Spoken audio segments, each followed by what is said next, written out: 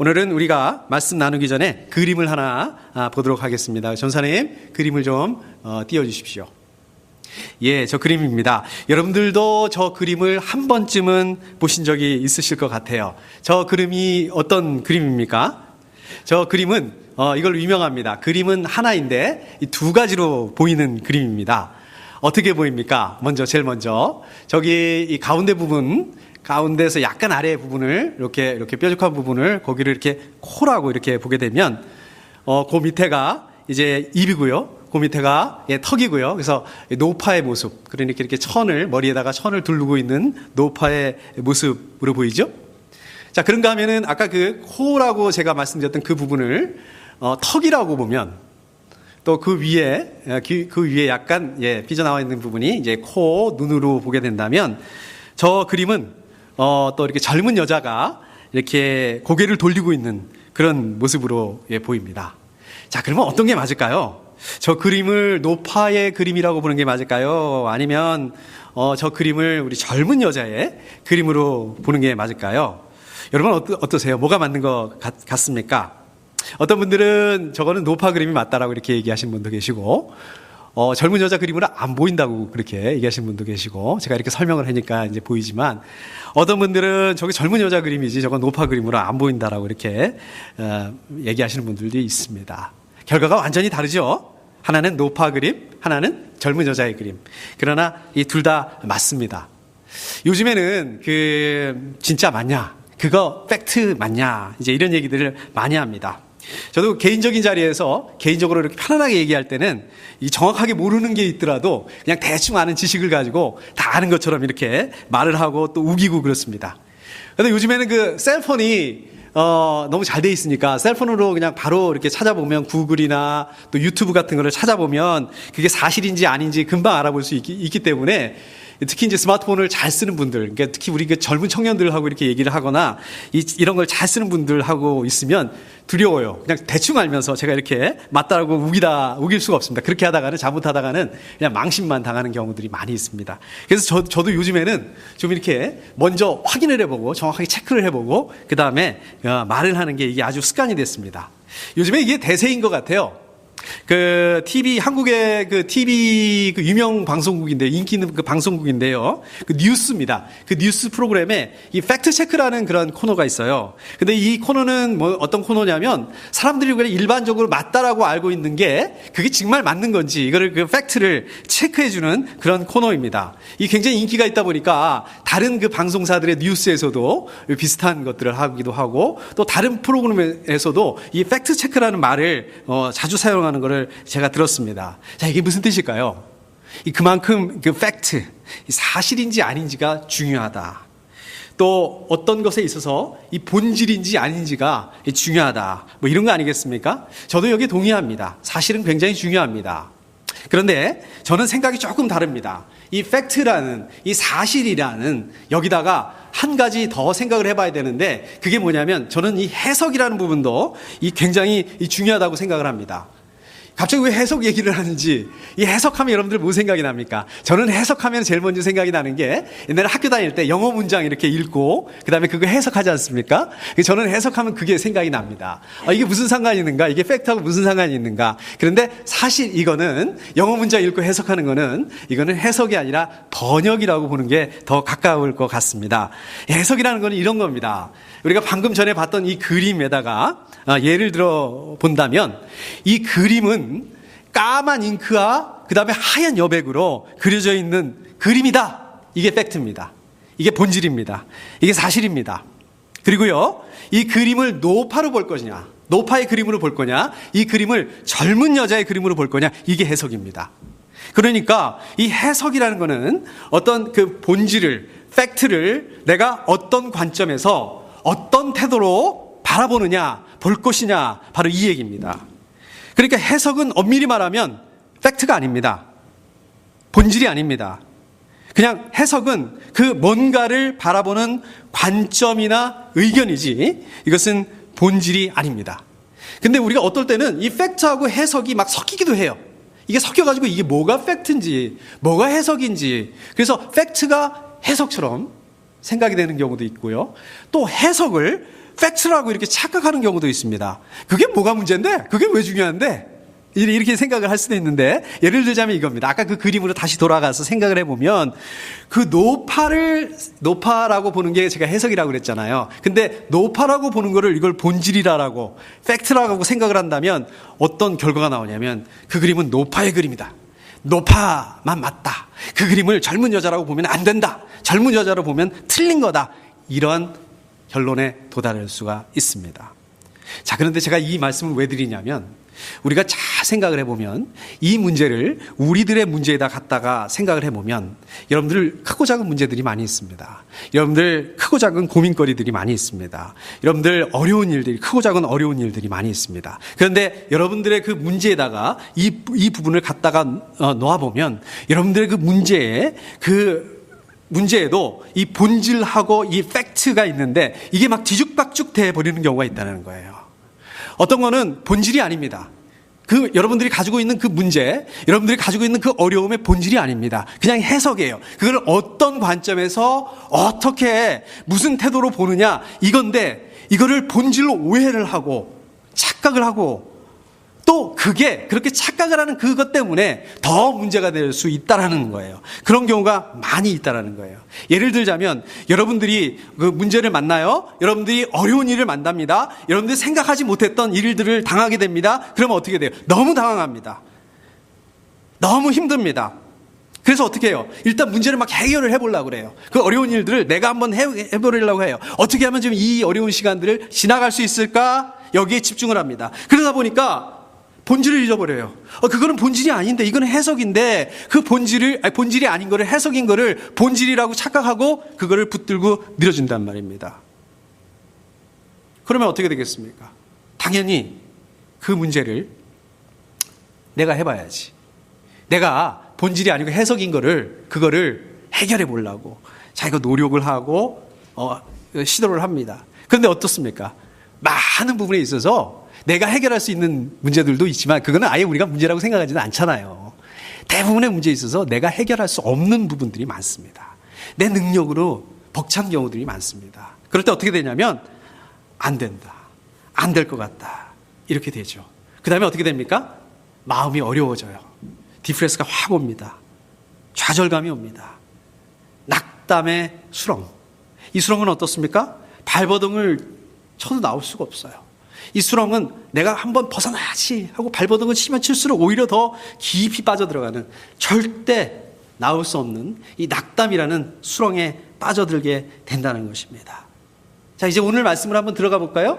오늘 말씀으로 들어가 보면 이 오늘 말씀 민수기는 출애굽기하고 연결되는 그 말씀이에요. 제가 지난번에 말씀하셨던 거 기억나나요? 출애굽기는 고기 굽기가 아니라 하나님께서 그 이스라엘 백성들이 이집트에 노예 상태로 있는 그 이스라엘 백성들을 하나님께서 구해내셔서 가나안 땅이라는 새로운 땅으로 인도하시는 그 말씀이다. 그래서 이집트를 탈출하게 하는 그 말씀이 이 출애굽기다라고 말씀을 나눴습니다.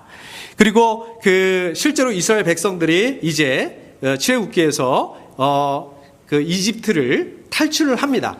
그리고 가나안 땅 근처까지 왔어요.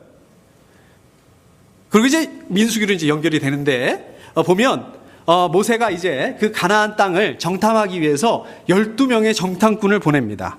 그 땅을 정탐을 하고 오게 합니다. 실제로 그 12명이 그 땅을 들어가서, 가나안 땅을 들어가서 40일 동안 정탐을 하고 오죠. 그래서 이렇게 보고를 합니다. 저와 여러분들이 같이 읽지는 않았지만 13장 27절에 보면 그게 나와 있습니다. 제가 한번 보겠습니다. 그것은 정말 젖과 꿀이 흐르는 곳입니다. 자, 이렇게 얘기를 합니다. 이거 뭐죠? 이거 팩트입니다. 이게 사실이에요. 가나안 땅은 정말 하나님께서 말씀하신 것처럼 기름지고 좋은 땅이다. 이거 팩트입니다. 이거 본질입니다. 이거 사실이에요. 그리고 그거를 증명하기 위해서 거기에서 난 그 과일을 가지고 와요. 계속해서 보니까 이것이 바로 그 땅에서 난 과일입니다. 그 과일을 가지고 그 땅이 얼마나 좋은 땅이라는 것을 증명을 합니다. 여기까지 너무 좋습니다. 그런데 이 팩트에 대한 이 정탐꾼들의 해석이 그 다음에 보면 나옵니다. 자, 28절에 보니까, 13장 28절에 보니까 이렇게 얘기합니다. 그렇지만 그 땅에 살고 있는 백성은 강하고 성읍들은 견고한 요새처럼 되어 있고 매우 큽니다. 31절에 우리는 도저히 그 백성에게 쳐 올라가지 못합니다. 그 백성은 우리보다 더 강합니다. 이렇게 얘기를 합니다. 그러니까 지금 가나안 땅을 정탐을 하고 돌아온 사람들의 그 가나안 땅에 대한 해석은 뭡니까? 입장은 뭡니까? 의견은 뭡니까? 한마디로 말하면 뭡니까? 상대가 너무 세다는 거예요. 이스라엘 백성들 자기들에 비해서 그 상대를 해야 될 그 가나안 사람들이 너무 강하다는 거예요. 도저히 이길 수 없을 정도로, 도저히 감당할 수 없는 상대다, 이겁니다. 이게 뭐예요? 이거는 해석이고 의견입니다. 이거는 팩트가 아닙니다. 그럼 이렇게 생각하실 수 있어요? 아니, 그게 왜 팩트가 아니야? 그게 사실이지. 거기 있는 사실을 보고 와서 얘기를 하는 건데, 그 맞지 않나요? 사실 맞지 않나요? 팩트 맞지 않나요? 실제로 우리가 고고학자들 그 고증에 의하면은요, 그 여리고성 있죠. 여리고성만 보더라도 이거 어마어마한 그 규모입니다. 그리고 아주 견고한 요새처럼 돼 있다는 이 사람들 말이 맞아요. 그리고 그 가나안 족속들에 보면 해족속이라는 사람들이 나오죠. 이 해족속이라는 사람들은요, 여러분들 아마 학교 다니실 때 그 세계사 시간에 배우셨는데 기억하실지 모르겠지만 히타이트라는 그 제국이 있었는데 그 제국의 후예들이에요. 그러니까 엄청나게 강한 사람들입니다. 이렇게 보면은 이 사람들이 얘기하고 있는 게 이게 뭐 무슨 그 해석이에요. 팩트 맞는 말 아니겠습니까? 그 다음에 이스라엘 백성들을 보십시오. 이스라엘 백성들을 보면 뭐가 있습니까? 지금 전쟁할 군인들이 있습니까? 전쟁을 수행할 그 무기가 있습니까? 그렇다고 그 가나안 땅을 어떻게 군사적으로 점령하게 했다고 하는 군사적인 그런 뭐 전략 같은 게 있습니까? 기껏 있다고 하는 게 사람들이에요. 60만. 이제 60만이라는 거는 뭐 모든 인구를 말하는 게 아니라 싸울 수 있는 20세 이상의 남자를 말하는 건데, 근데 문제는 이 사람들이 전쟁을 한 번도 해본 적이 없다는 거예요. 이 사람들이 그 전쟁을 할 수 있도록 그렇게 고도로 훈련받은 사람들이 아니라는 거예요. 이 사람들은 뭡니까? 전직 노예예요. 그냥 이집트에서 노예로 일하던 사람들이에요. 그냥 시키는 거나 이렇게 하는 그런 그 노예들이었다는 거예요. 이게 이스라엘의 현실이었다는 것입니다. 자, 이런 면에서 봤을 때 가나안 땅을 정탐하고 온 그 정탐꾼들의 말이 맞는 거 아니냐, 제대로 본 거 아니냐, 이게 본질이 아니냐, 이걸 어떻게 해석이라고 볼 수 있는 거냐. 근데요, 아까도 말씀드렸듯이 지금 이게 바로 아까 제가 처음에 우리가 문제는 뭐냐면 우리의 문제에서 본질하고 해석하고 막 섞인다. 제가 이렇게 말씀드렸듯이 지금 바로 그렇습니다. 지금 이스라엘 백성들이 이게 팩트하고 해석하고 막 섞여가지고 이게 팩트도 해석 같기도 하고 해석도 이 본질 팩트 같기도 하고 이게 막 섞여가지고 이게 있어요. 정리를 제가 한번 해볼까요? 팩트는요, 본질은 사실은 하나님께서 가나안 땅을 이스라엘 백성에게 주시겠다고 얘기하신 게 팩트예요. 그것만 사실이에요. 본질이에요. 그 다음에 그 가나안 땅은 정말 기름지고 좋은 땅이다. 여기까지가 팩트입니다. 사실이에요. 진리예요. 그런데 여기다가 자기들 의견을 포함시켜요. 자기들 의견이 뭡니까? 자기들이 보기에 가나안 사람들이 엄청나게 세 보인다. 세 보이는 거거든요. 그 다음에 그 성읍들도 엄청나게 튼튼하고 어마어마해 보인다. 튼튼하고 어마어마해 보이는 거거든요. 그런 거 하면 어떻습니까? 자기들이 보기에 자기들은 우리들 눈으로 보기에도 초라해 보인다. 이것도 마찬가지예요. 초라해 보이는 거예요. 근데 이거를 이 해석을 팩트라, 본질이라고 생각을 하고 결론을 내립니다. 뭐라고 결론 내립니까? 이건 아니다. 이건 안 된다. 이건 안 되는 거다. 우리는 절대로 가나안 사람들을 이길 수가 없다. 자, 이게 뭐가 문제가 되는지 아세요? 이렇게 되면 뭐가 문제가 되는지 아세요? 제가 이걸 정리를 한번 해봤습니다. 첫째로, 여러분 이 부정적인 해석을 가지고 부정적인 결론을 내리게 되면 여러분들의 마음이 상하게 됩니다. 그리고 마음이 상하잖아요. 그럼 이 상한 마음을 해결해야 되는데 이걸 어떻게 해결하냐면 내 주변 사람들에서 그 원망할 거리들을 찾게 된다는 거예요. 그리고 또 문제는 이 상한 마음, 이 원망이 자꾸 확대된다는 얘기예요. 자꾸 확산된다. 다른 사람들한테, 다른 내 주변 사람들한테, 가족, 우리 교회 공동체 이런 데로 확산이 돼가지고 거기까지 영향을 주고 나중에는 결국은 하나님을 원망하게 된다는 거예요. 이게 문제라는 거예요. 여러분들 보십시오. 여러분들도 어떠세요? 문제를 만나게 되고 어려운 시간들을 만나게 되고 그러면은 내 주변에 가장 가까운 데서 원망한 사람들을 찾아요. 내 남편, 아내, 아이들, 친구들. 그때 말이야 남편이 말이야 그 아파트 그냥 팔자라는 말만 안 했으면은 그때 말이야 내 아내가 잘 다니고 있는 그 직장 그만두고 신학교 가라고 그러지만 않았으면은 그때 말이야 우리 애가 조금만 더 열심히 공부를 했으면 말이야. 그때 담임 목사가 설교를 좀만 잘했으면 말이야. 우리 교회가 이렇게 되지 않았을 텐데. 많죠 뭐. 이 상한 마음, 원망이 점점 확대되고 또 이렇게 심각하게 되기 마련입니다. 처음에는 그냥 생각을 한번 해본 거예요. 처음에는 그냥 그 남편이 말이야. 그때 이게 내가 팔지 말자고 그랬는데 그걸 팔아서 그런 거 아니야? 이렇게 됐다가 이게 어떻게 되냐면 나중에 남편이 그 아파트를 팔은 그게 남편을 팔아서 그걸 날려먹고 그래서 그때부터 해서 이게 어려운 일이 시작이 돼서 지금 이렇게 된 거예요. 이렇게 사실이 된다는 거죠. 이렇게 사실로 확정이 된다는 거죠. 자, 이거 아세요? 원망은 아까도 말씀드린 것처럼 이 어려움은 마음이 상하는 거는 주변 사람들한테로 금방 확산이 됩니다. 제가 어렸을 때 저희 어머니가 이런 말을 많이 했어요. 저한테 아버지 니네 아버지는 말이야 무능해. 돈도 제대로 못 벌어오고 집안일은 신경도 안 쓰고 집안이 어떻게 돌아가는지도 모르고 이런 말씀 많이 하셨어요. 어머니들 그런 얘기 많이 하시잖아요. 살기가 힘드니까 그냥 이렇게 하소연으로 푸념으로 많이 하시지 않습니까? 근데 제가 어렸을 때 이 얘기를 많이 들었는데요. 제가 그때 그 얘기를 들었을 때 어떤 생각을 했냐면 야 우리 아버지 진짜 무능하구나. 난 저렇게 무능하면서는 안 되겠구나. 또 거기다가 야 이제 우리 집 망하게 생겼구나. 큰일 났네. 이러다 우리 아버지 어머니 이혼하게 생겼구나. 이런 생각을 하게 되더라고요. 이런 걱정을 하게 되더라고요. 저도 걱정을 엄청 하게 됩니다. 그렇게 되더라고요. 자, 이렇게 상한 마음, 원망하는 마음은 다른 사람들, 가족들, 더 나아가서 우리 교회 식구들한테 쉽게 확장이 된다는 거예요. 그리고 거기서 끝나는 게 아니라 이 상한 마음과 사람들에 대한 그 원망들이 결국은 하나님을 원망하는 그 마음으로 바뀌어버릴 수 있다는 거예요. 그래서 믿음을 잃어버릴 수가 있게 된다는 겁니다. 자, 오늘 말씀으로 돌아가서 보면 민수기 14장 1절 말씀으로 보면 제가 한번 읽어보겠습니다.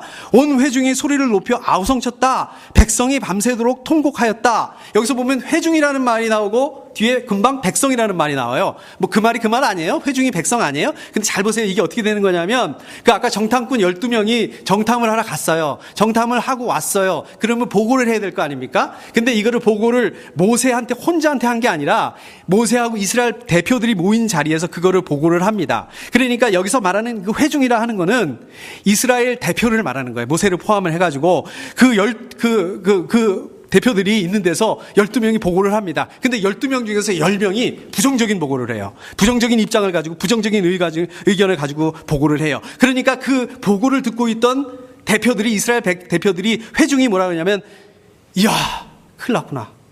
이거 우리 다 죽었네. 우리 이제 꼼짝없이 죽게 됐네. 그래서 거기서 아우성을 쳤다는 거예요. 잘 보세요.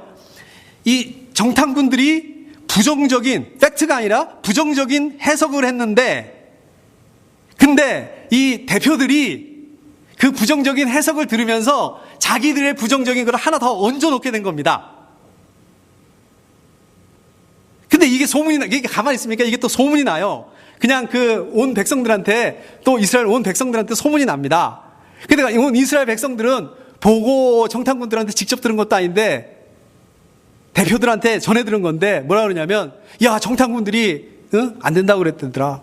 거기다가 그 얘기를 듣고서 대표들이 말이야 아우성을 치면서 난리가 났다더라. 어떻습니까?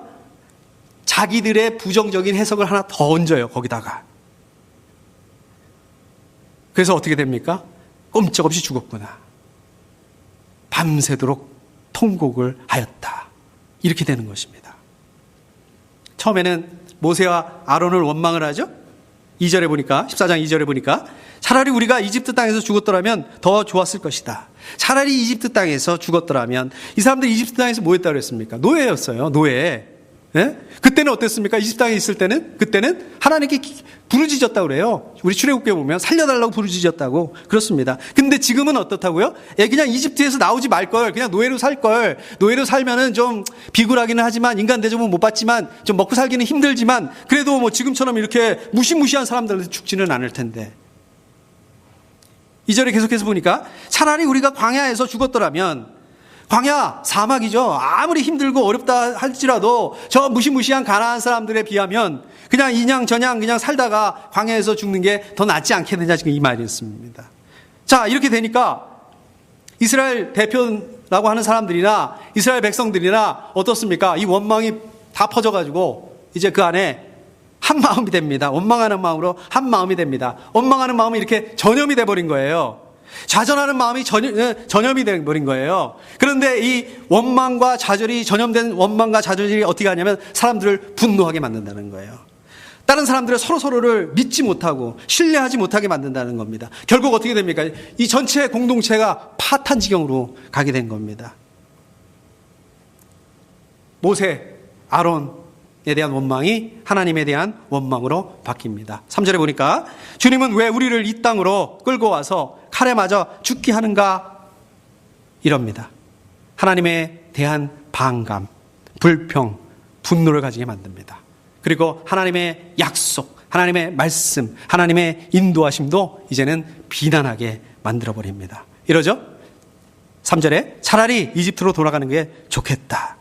이 상황에서는 그냥 가난한 사람들하고 싸우다 죽느니 다시 우리 노예의 삶으로 돌아가는 게 좀 비굴하지만 우리 다시 노예가 되는 게 이게 최선이라는 거죠. 생각만 하는 게 아니라 적극적인 방법을 내놓습니다. 그 다음 보니까 4절에 보니까 우두머리를 세우자, 그리고 이집트로 돌아가자. 자, 이렇게 된 겁니다.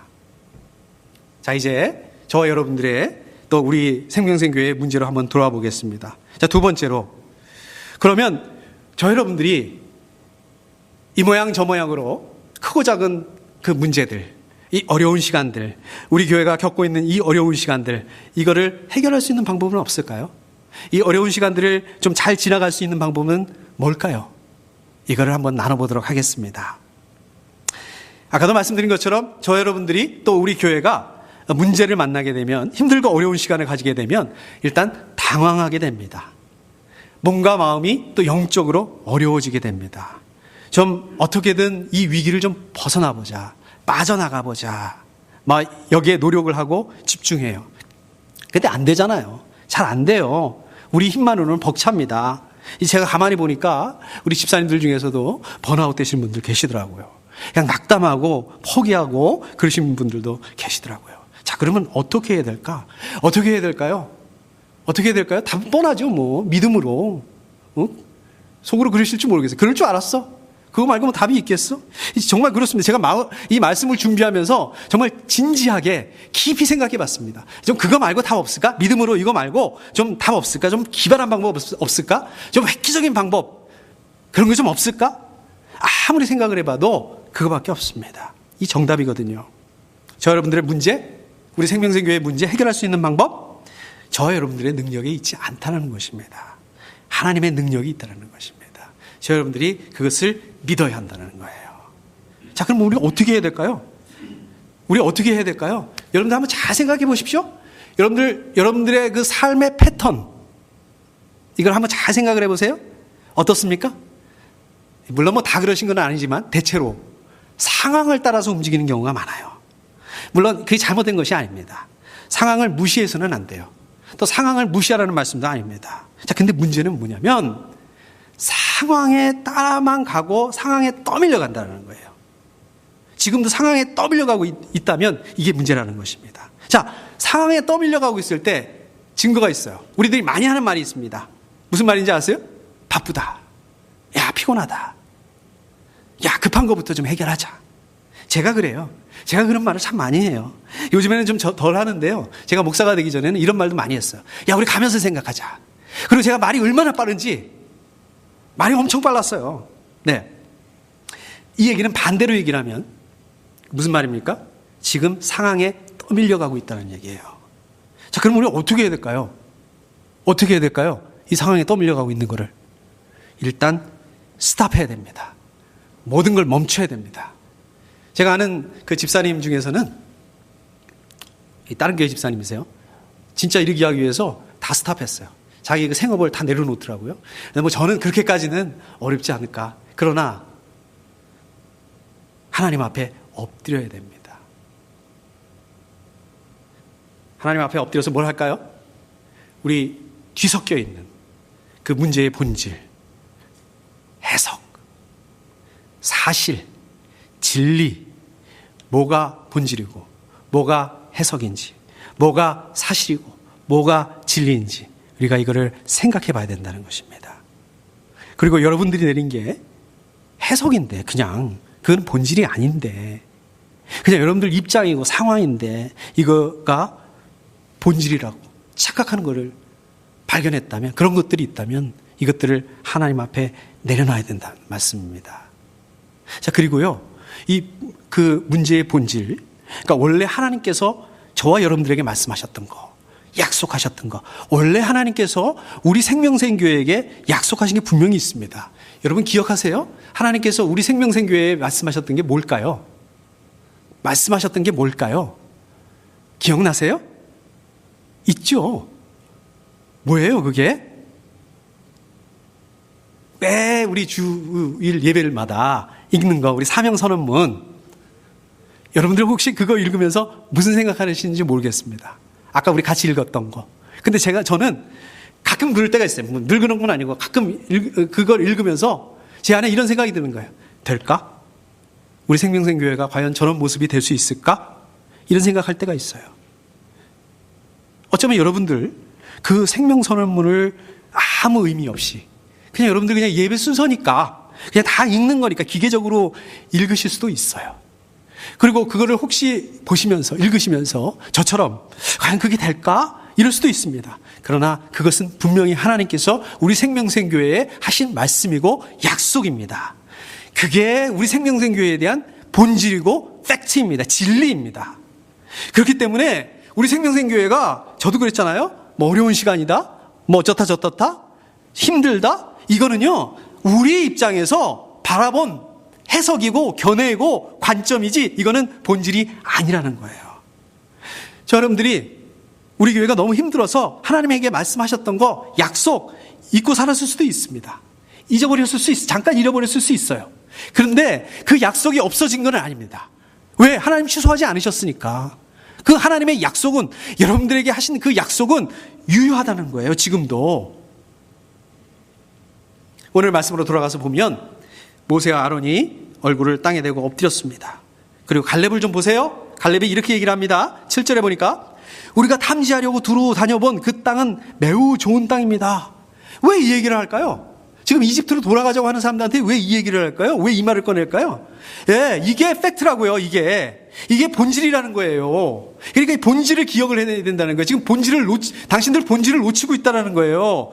해석을 본질로 착각을 하고 지금 그런 결정을 하고 있다는 거예요. 자, 8절에서 보니까 주님께서 우리를 사랑하신다면 그 땅으로 우리를 인도하실 것입니다. 젖과 꿀이 흐르는 그 땅을 우리에게 주실 것입니다. 하나님 말씀하신 거예요. 하나님이 약속하신 거예요. 이스라엘 백성들에게. 갈렙이 이 얘기를 하고 있는 것은 이게 본질이라는 거예요. 본질을 기억해야 된다는 거예요. 이스라엘 백성들은 지금 가나안 땅에 들어가지도 못하고 오히려 가나안 땅 사람들에게 죽을 거라고 하고 있습니다. 그러나 이스라엘 백성들이 가나안 땅에 들어가느냐 들어가지 못하느냐, 그거는 이스라엘 사람들이 그러한 능력을 가졌느냐 아니냐, 이게 아니라 뭐라고요? 8절에 보니까 하나님께서 이스라엘 백성들을 사랑하시느냐 사랑하시지 않느냐, 이게 본질이라는 거예요. 우리 성경으로 하나님이 사랑하시느냐 이렇게 되어 있지만 영어 성경으로 보면 이게 어떻게 되어 있냐면 하나님께서 우리를 기뻐하신다 이렇게 되어 있습니다. 그러니까 우리가 하나님을 기뻐하실 수 있게 하느냐 없느냐, 이게 가나안을 들어갈 수 있느냐 못 들어가냐, 이 키포인트라는 거예요. 그럼 우리가 어떻게 하나님을 기뻐하실 수 있게 할까요? 히브리서 11장 5절 말씀에 보면 하나님을 믿고 하나님을 동행하는 사람, 이 사람이 하나님을 기쁘게 하는 사람이라고 말씀하고 있습니다. 결국 하나님을 믿는 믿음으로 우리가 하나님을 기쁘게 할 수 있다는 거예요. 결국은 하나님을 믿는 그 믿음을 가진 그 믿음으로 사는 그 삶, 인간적으로 생각하고 계산하고 막 될까 안 될까 그게 아니라 하나님을 믿는 그 믿음이라는 거예요. 마지막으로 제가 한 가지만 더 말씀드리겠습니다. 저 여러분들의 문제, 우리 생명생교회의 문제, 어려운 것들, 이것들을요 믿음의 눈으로 보게 되면 그 문제라는 그 실제의 너머에 있는 참된 진짜 실제를 볼 수가 있습니다. 자, 이게 무슨 말씀이냐면요, 우리 열왕기 하에 보면 엘리사 얘기가 나와요. 엘리사를 잡으려고요 그 시리아 군대가 쳐들어옵니다. 엘리사 그 집을 완전히 포위를 해버려요.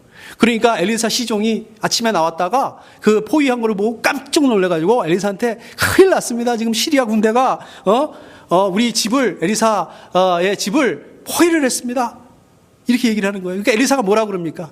하나님 믿음의 눈을 떠주게 해주세요. 저 시종의 믿음의 눈을 떠주게 해주세요. 이렇게 기도해가지고 믿음의 눈을 뜨고서 보게 되니까 어떻습니까? 그 시리아 군대보다 더 많은 하나님의 군대가 엘리사를 보호하고 있는 그 실제를 보게 된 겁니다. 이게 실제입니다. 오늘 말씀에서도 보면 갈렙이 이렇게 얘기를 하죠. 9절에 여러분은 그 땅 백성을 두려워하지 마십시오. 그들은 우리의 밥입니다.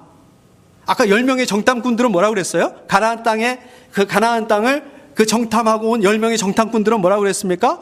그 사람들이 너무 크고 무섭다. 우리가 상대할 수가 없다. 거기에 반해서 우리는 정말 우리가 보기에도, 우리 눈으로 보기에도 메뚜기 같았다. 라고 이렇게 얘기하고 있습니다. 그런데 반대로 지금 갈렙은 뭐라고 그러냐면 그 가나안 사람들은 우리의 밥입니다. 이렇게 얘기를 합니다. 어떻게 이렇게 얘기를 할 수 있을까요? 갈렙이 철이 없어서? 갈렙이 아무 생각이 없어서? 갈렙이 너무 무모한으로 그렇게 얘기하는 겁니까? 아닙니다. 이거는 아까 우리가 처음에 우리 그림을 봤던 그거하고 똑같아요. 어떤 사람은 그 그림을 노파로 볼 수 있고 어떤 사람은 그 그림을 여자라고 볼 수 있는 것하고 맞습니다. 똑같습니다. 우리가 육신의 눈으로 보게 된다면 가나안 땅 사람들은 어마어마한 그 존재가 맞습니다. 그러나 믿음의 눈으로 보게 된다면 그냥 밥이에요. 하나님께서 먹으라고 주신 밥이에요. 여러분들의 닥친 그 문제들, 어려운 그것들을 믿음의 눈으로 본다면 그냥 하나님이 주신 밥이에요. 그 문제가 크면 클수록 더 많이 주신 밥. 그 문제가 어려우면 어려울수록, 힘들면 힘들수록 더 많은 하나님의 은혜라고 볼 수 있는 겁니다. 계속해서 그 다음을 보니까 주님께서 우리와 함께 계시니 그들을 두려워하지 마십시오. 생각해 보십시오. 전능하신 하나님, 온 우주 만물을 창조하신 하나님이 이스라엘 백성들과 같이 있는데 뭐가 문제냐는 거예요. 뭐가 두려운 존재냐는 거예요. 뭐가 불가능하겠냐는 거예요. 맞습니다. 여러분 하나님 믿으시잖아요. 하나님 온 우주 만물 창조하셨다는 걸 믿으시잖아요. 하나님이 여러분들과 함께 하시는데 해결할 수 없는 문제가 어디 있겠습니까? 그럼에도 불구하고 왜 이렇게 우왕좌왕하세요? 왜 이렇게 마음이 힘드십니까? 결국은 믿음의 눈으로 보느냐 보지 않느냐 이 차이입니다. 결론을 말씀드리겠습니다. 저와 여러분들의 그 삶을 한마디로 말씀드린다면 뭐라고 말씀드릴 수 있을까요? 아까 그 그림, 처음 그 그림에서 본 것처럼 어쩌면 저와 여러분들의 그 삶은 매일매일 이 그림은 노파의 그림이다. 이 그림은 젊은 여자의 그림이다. 이거를 해석하는 삶, 해석의 연속이라고 이렇게 볼 수 있을 것 같습니다. 여러분들은 매일매일 여러분들이 원하시든 원하시지 않든 여러분들이 좋든 싫든 간에 이런 해석을 해야 됩니다. 여러분들이 어떻게 해석하는 것은 여러분들 자유입니다. 여러분들이 상황을 잘 분석하셔서 철저하게 이성적으로 과학적으로 그 상황을, 그 문제를, 그 어려운 것들을 분석하고 해석해 볼 수도 있고요. 아니면 믿음의 눈으로 볼 수도 있습니다. 여러분, 믿음은 그렇다고 해서 믿음이 무지하거나 맹목적인 낙관이거나 이런 건 아닙니다. 여러분, 믿는다고 해서 무조건 낙관적인 사람이 되라, 이 말씀하고 있는 게 아닙니다. 여러분, 믿는다고 해서 여러분들이 지금 처하고 있는 이 모양 저 모양의 이 어려움들이, 문제들이 이거 별거 아니라고 제가 무시하는 것도 아닙니다. 근데요, 믿음이라는 것은 문제를 여러분의 눈으로 보는 게 아니라 하나님의 눈으로 보는 거, 하나님의 입장에서 하나님의 관점으로 바라보는 것입니다. 여러분들의 그 문제를 해결할 수 있는 능력은 사실은 여러분들에게 있는 게 아닙니다. 하나님께 있습니다. 우리는 그거를 인정해야 됩니다. 여러분들에게 능력이 있다면 하나 있어요. 해결할 수 있는 능력이 아니라 그 해결할 수 있는 능력이 하나님께 있다라고 믿는 거, 그 믿는 능력, 그거 있습니다. 이번 한 주간도 또 여러분들에게 일주일이라는 시간, 일주일이라는 삶을 하나님 허락하셨는데 문제의 본질을 제대로 보시고 또 그것을 믿음으로 해석하고 하나님과 함께 풀어나갈 수 있는 귀한 우리 생명생 가족들 다 되실 수 있기를 축복합니다. 함께 기도하겠습니다.